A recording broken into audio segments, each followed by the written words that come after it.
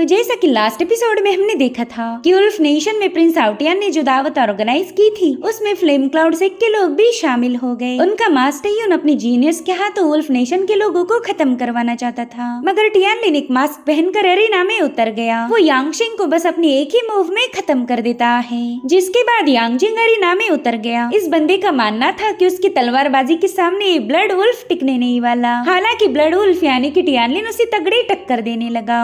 अब आगे तो इस एपिसोड की शुरुआत में हमें उल्फ नेशन का ग्रैंड अरीना दिखाया गया, जहां पर टियानलिन ने बड़ी स्टाइल के साथ यांगजिंग के सोड के टुकड़े टुकड़े कर दिए थे, जो देखकर वो बंदा काफी ज्यादा सरप्राइज होकर पीछे की तरफ हटने लगा। उसे रियलाइज हो गया कि उसने अपने अपोनेंट को कुछ ज्यादा ही हल्के में लिया था। ये बंदा कोई मामूली कल्टीवेटर नहीं हो सकता। अगर ये ऑर्डिनरी होता तो शायद उसकी सोड से मारा जाता, मगर अभी भी यांगजिंग का घमंड खत्म नहीं हुआ था। वो कहता है कि तुमने मेरी एक सोड ब्रेक की तो क्या हुआ, मेरे पास दूसरी भी सोड मूव्स हैं। और इतना कहते साथ ही उसने अपनी एक और सोड टेक्निक को एक्टिवेट कर दिया। वो कह रहा था ब्लड वुल्फ, मेरे इस बॉक्स में मेरी सबसे स्पेशल 7 सोड्स मौजूद हैं। इन तलवारों को मैंने अपनी स्पिरिट का यूज करके नर्चर किया और कई सालों तक मैंने इनकी रिफाइनिंग की है, इसलिए तुम मेरी इन स्पेशल सोड्स को ब्रेक नहीं कर पाओगे, क्योंकि इन सभी तलवारों पर मेरा सोल मार्क मौजूद है। साथ ही ये सभी तलवारें मेरी विल पावर को फॉलो करती। अगर मैंने कुछ सोचा भी तो भी ये उसके अकॉर्डिंग एक्ट करेगी। और जहाँ तक मैं जानता हूँ इनकी स्ट्राइक आज तक फेल नहीं हुई। अब तो यूँ समझ लो कि तुम्हारा खेल खत्म हो गया।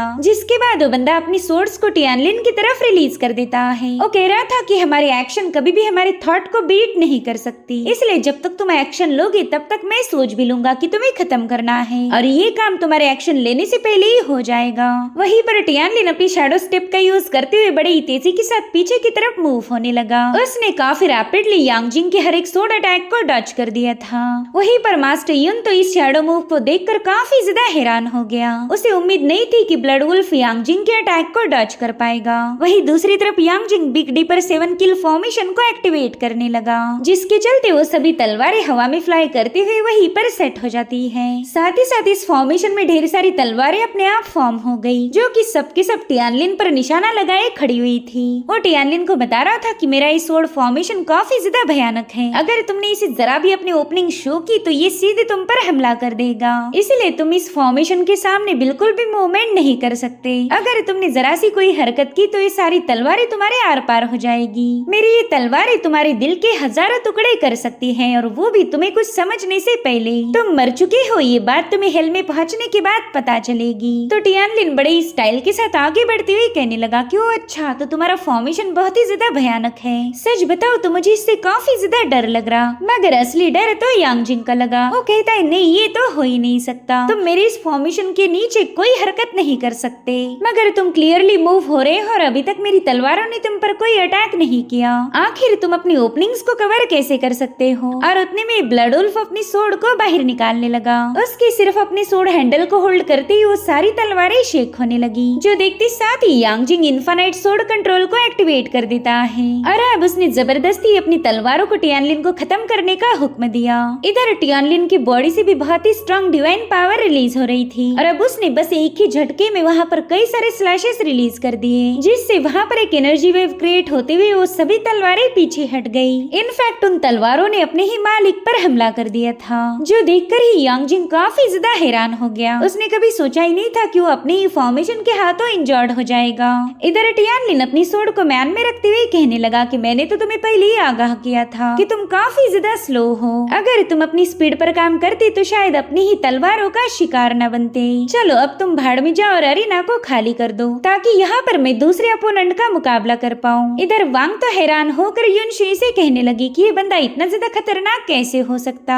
ये इतना ज्यादा भयानक होकर भी इसने अपनी पहचान को छुपा के रखा। अगर मैं इसकी जगह होती तो पूरी दुनिया में फेमस हो जाती। इधर फ्लेम क्लाउड सेक्ट का एक और बंदा ब्लड वुल्फ का मुकाबला करने के लिए मास्टर से परमिशन मांगने लगा। हालांकि मास्टर युन ने इसके लिए मना कर दिया था। वो कह रहे थे कि तुम चुपचाप से अपनी जगह पर जाके बैठ जाओ, तुम इस ब्लड वुल्फ का मुकाबला नहीं कर सकते। उतने में टियानलिन मास्टर युन को उकसाने के लिए कहने लगा कि क्या तुम्हारे फ्लेम क्लाउड सेक्ट में सब कायर भरे पड़े हैं? मुझे तो लगा था तुम्हारे जीनियस काफी ज्यादा भयानक होंगे, लेकिन उन्होंने मुझे निराश किया। और अब तुम भी इनके मास्टर होने के बावजूद भी इतना पैनिक हो गए कि अपने किसी बंदे को अरीना में नहीं भेजना चाहते। देखो यार, ऐसे तो काम नहीं बनने वाला। जो सुनते साथ ही मास्टर युन ने टियानहे को अरीना में जाने का हुक्म दिया, तो टियानहे भी तुरंत ही अरीना सेना में उतर गया। इस बंदे को अपनी एबिलिटीज पर पूरा यकीन था। वो मास्टर यून को तसल्ली देता है कि मैं इसे जरूर से हरा दूंगा। साथ ही साथ यहाँ पर मास्टर यून अपनी माइंड पावर का यूज करते हुए टियान हे से बात करने लगा। उनके इस कन्वर्सेशन को कोई और सुन नहीं सकता था। वो टियान हे से कहने लगा कि मुकाबले के दौरान इस बंदे की पावर्स को सही से चेक करो। मुझे शक है कि ये बंदा कोई और नहीं बल्कि टियानलिन है और उसने अपनी इस मास्क के पीछे आइडेंटिटी को छुपा के रखा।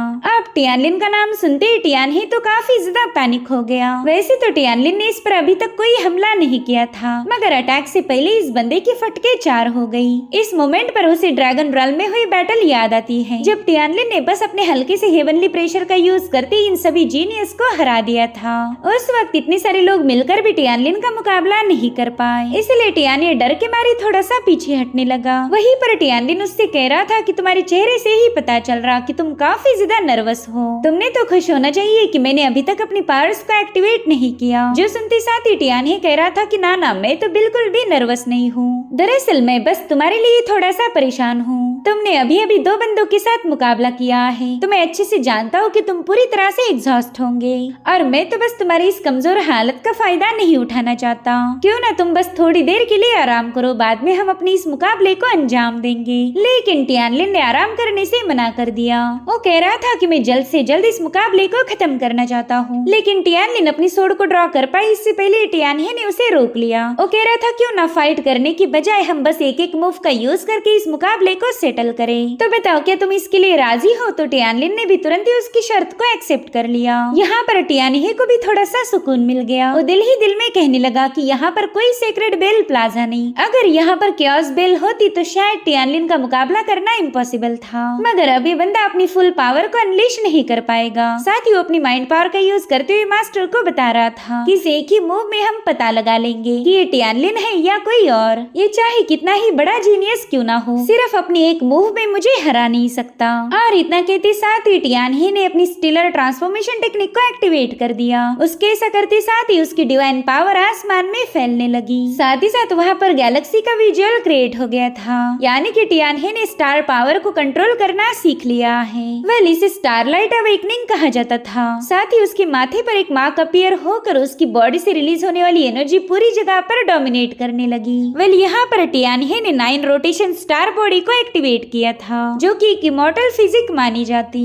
वहीं पर फ्लेम क्लाउड सेक्ट का एक जीनियस कहने लगा कि टियान हे स्टार रोटेशन की बस 3री लेवल को ही अचीव कर पाया, मगर फिर भी उसकी 9 स्टार रोटेशन बॉडी किसी एम्परर बॉडी को भी तगड़ी टक्कर दे सकती। अब तो ये ब्लड वुल्फ गया काम से। टियान हे अपनी एक ही मूव के साथ उसे आसानी से खत्म कर पाएगा। वहीं पर टियान हे ने गैलेक्सी कन्वर्जेंस को एक्टिवेट किया था, जिसके चलते आसमान में ढेर सारे स्टार फॉर्मेशन ओपन होकर वहाँ पर अपनी सितारों की एनर्जी बरसाने लगे। लांग को तो यही सब देखकर ही काफी ज्यादा टेंशन आ गया। वो प्रिंस आउटियान को बताने लगी कि इस बंदे ने फोर्सफुली अपनी कल्टीवेशन रैल्म को ऊपर किया है, पता नहीं इसके एक ही मूव में हमारे जीनियस का क्या हशर होगा। वहीं पर टियानी अपने 3rd rotation star enter in the body को एक्टिवेट कर देता है। उसके ऐसा करते साथ ही वहाँ मौजूद सितारों की पावर उसकी बॉडी में एंटर कर चुकी। यहाँ पर टियान है काफी ज्यादा पावरफुल बन चुका। वो ब्लड वुल्फ से कहता है कि वैसे तो मैं अपनी इस मूव को रिवील नहीं करना चाहता था। वेल ये मेरे हुक्म का इक्का थी जिसे मैं कियान डोमेन कंपटीशन में यूज करने वाला था।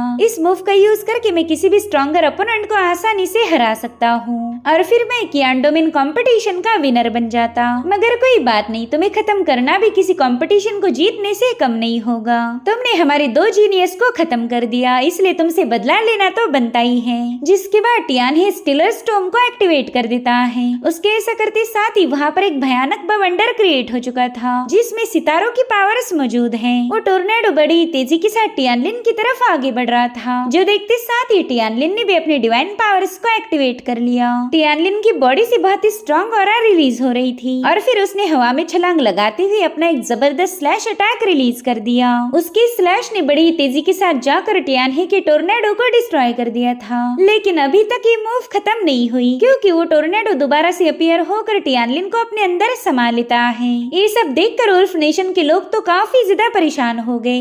उन्हें अब टियानलिन की फिक्र होने लगी थी। साथ ही यहाँ पर हम टियान हे के चेहरे पर एक सेटिस्फाइंग स्माइल देख पाते हैं। उसे लग रहा था कि चलो उसने इस ब्लड वुल्फ को सप्रेस कर दिया, अब थोड़ी देर में ये बंदा मारा जाएगा। और उतने में ही उसे टियानलिन की आवाजें आने लगी। टियानलिन कह रहा था कि एक लंबे अरसे पहले हमारी मुलाकात हुई थी, मुझे तो लगा था कि इन कुछ महीनों में तुमने खुद को काफी ज्यादा स्ट्रांग बनाया होगा, लेकिन तुमने तो खुद को जरा भी इम्प्रूव नहीं किया। अब ये सुनकर टियानहे के तो होश ही उड़ गए, साथ ही साथ उसका टोर्नेडो भी एक ही सेकंड में गायब हो चुका था। अब यहाँ पर टियानहे की स्टार पावर नहीं बल्कि टियानलिन की डिवाइन एनर्जी फ्लक्चुएट होने लगी, जो देखकर ही टियानहे काफी ज्यादा हैरान था। वो कहने लगा ये तो इम्पॉसिबल है, आखिर तुम्हारे पास ये भयानक स्टीलर पावर कहाँ से आ गई? तुमने तो मेरी मूव को बड़ी आसानी के साथ कॉपी कर लिया। वहीं पर दावत में आए मेहमान भी काफी ज्यादा हैरान थे। वो कह रहे थे कि इतने जबरदस्त अटैक के बावजूद भी इस बंदे की बॉडी पर एक स्क्रैच भी नहीं लगा। इसका सोर्ची प्रोटेक्शन तो गजब का है, शायद इसके पास सोर्ड एम्परर बॉडी होगी, जो कि इस दुनिया में बहुत ही कम लोगों के पास पाई जाती। वहीं पर प्रिंस आउटियन तो टियानलिन का परफॉर्मेंस देखकर हद से ज्यादा खुश था। और अब टियानलिन टियानहे से कहने लगा कि देखो, तुमने वादा किया था कि हमने बस एक एक मूव का यूज करना है, मैंने तो तुम्हारी मूव को झेल लिया, अब बारी तुम्हारी है, तुम्हें भी मेरी मूव को हैंडल करना होगा।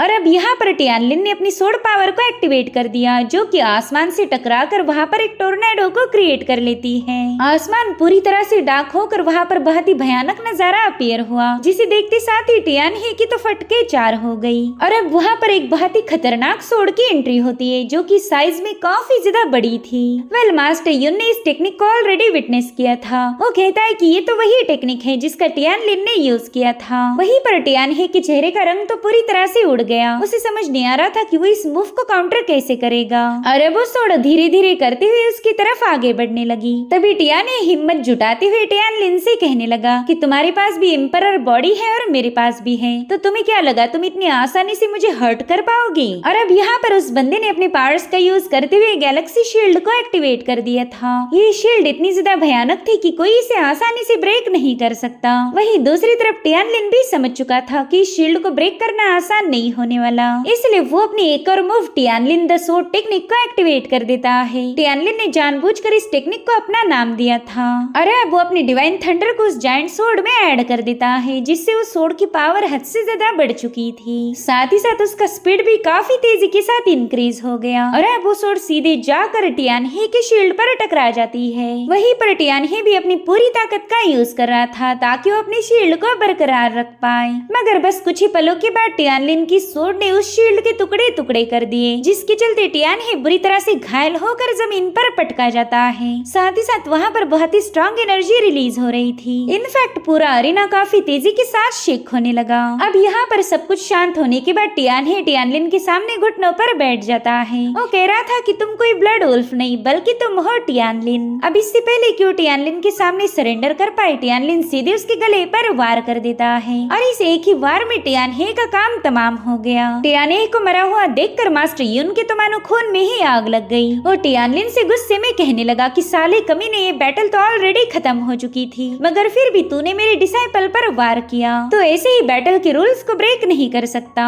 मगर टियानलिन तो एकदम रिलैक्स है। वो अपनी सोर्ड को म्यान में रखते हुए मास्टर युन को बताने लगा कि तुम्हारे डिसाइपल ने हार नहीं मानी थी। जब तक अपोनेंट सरेंडर नहीं कहेगा तब तक बैटल खत्म नहीं होती। ये मामूली सा रूल तो तुम्हें पता होना चाहिए। वेल, असली बात तो ये है कि टियानहे सरेंडर करने वाला था, लेकिन टियानलिन ने उसे मौका ही नहीं दिया। उतने में ही मास्टर युन कहने लगा कि तुमने एक घटिया सा मास्क पहनकर अपनी असली पहचान को छुपा के रखा। तुम कोई ब्लड वुल्फ नहीं बल्कि टियानलिन हो। मुझे तुम कभी धोखा नहीं दे सकते। टियानलिन ने नाम सुनते ही फ्लेम क्लाउड सेक के सभी डिसाइपल काफी ज्यादा हैरान हो गए। वहीं पर टियानलिन की इनेट स्पिरिट उससे कहने लगी कि मैंने तो तुम्हें पहले ही बताया था कि ज्यादा शो ऑफ मत करो, लेकिन तुमने मेरी एक न सुनी। और अब इसका नतीजा देखो, उन सबको पता चल चुका है कि तुम उनके दुश्मन हो। भले वो यहाँ पर तुम पर कोई अटैक नहीं करेंगे, लेकिन बस कुछ ही दिनों में एक भयानक जंग के लिए तैयार हो जाओ। इधर टियानलिन को भी समझ आ गया कि अब उसका मास्क लगाने का कोई फायदा नहीं, तो उसने तुरंत ही अपने मास्क को हटा दिया। टियानलिन अपने दुश्मनों से कहने लगा कि मेरे दोस्तों, काफी लंबे अरसे के बाद हमारी मुलाकात हुई। सच बताओ तो मैंने तुम लोगों को बहुत मिस किया।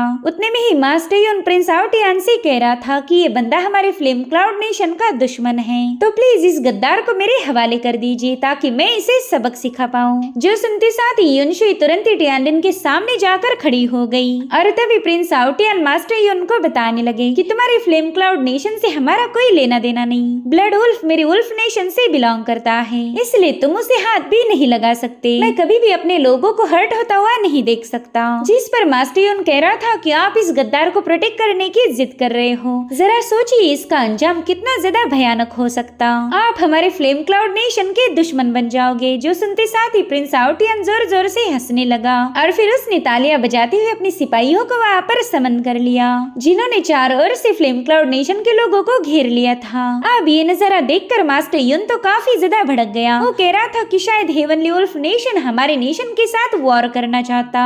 अगर तुम हमारे साथ बैटल करोगे तो यकीनन हार जाओगे। यहाँ पर प्रिंस आउटियन उससे कहने लगे कि मैं जंग से नहीं डरता। अगर तुम में वाकई दम है तो अपनी फ्लेम क्लाउड नेशन की आर्मी को लेकर यहाँ आ जाओ। इधर मास्टर युन को प्रिंस आउटियन पर काफी ज्यादा गुस्सा आ रहा था, क्योंकि उसके बैटल की धमकी ने भी प्रिंस पर कोई असर नहीं किया था। अब वो दिल ही दिल में सोचता है कि टियानलिन तो काफी लंबे अरसे से गायब था। अब अगर ये खुद होकर मेरे सामने आया है तो मैं इसे जरूर से खत्म करूंगा, क्योंकि ऐसा शानदार मौका मुझे बार बार नहीं मिलने वाला। चाहे फिर इसके लिए मुझे कितनी ही बड़ी कीमत चुकानी क्यों ना पड़ जाए, लेकिन टियानलिन को मारना उससे भी ज्यादा जरूरी है। जिसके बाद मास्टर युन सीधे टियानलिन पर अटैक करने के लिए रवाना हो गया। वो कह रहा था टियानलिन आज तुझे मौत से कोई भी बचा नहीं सकता।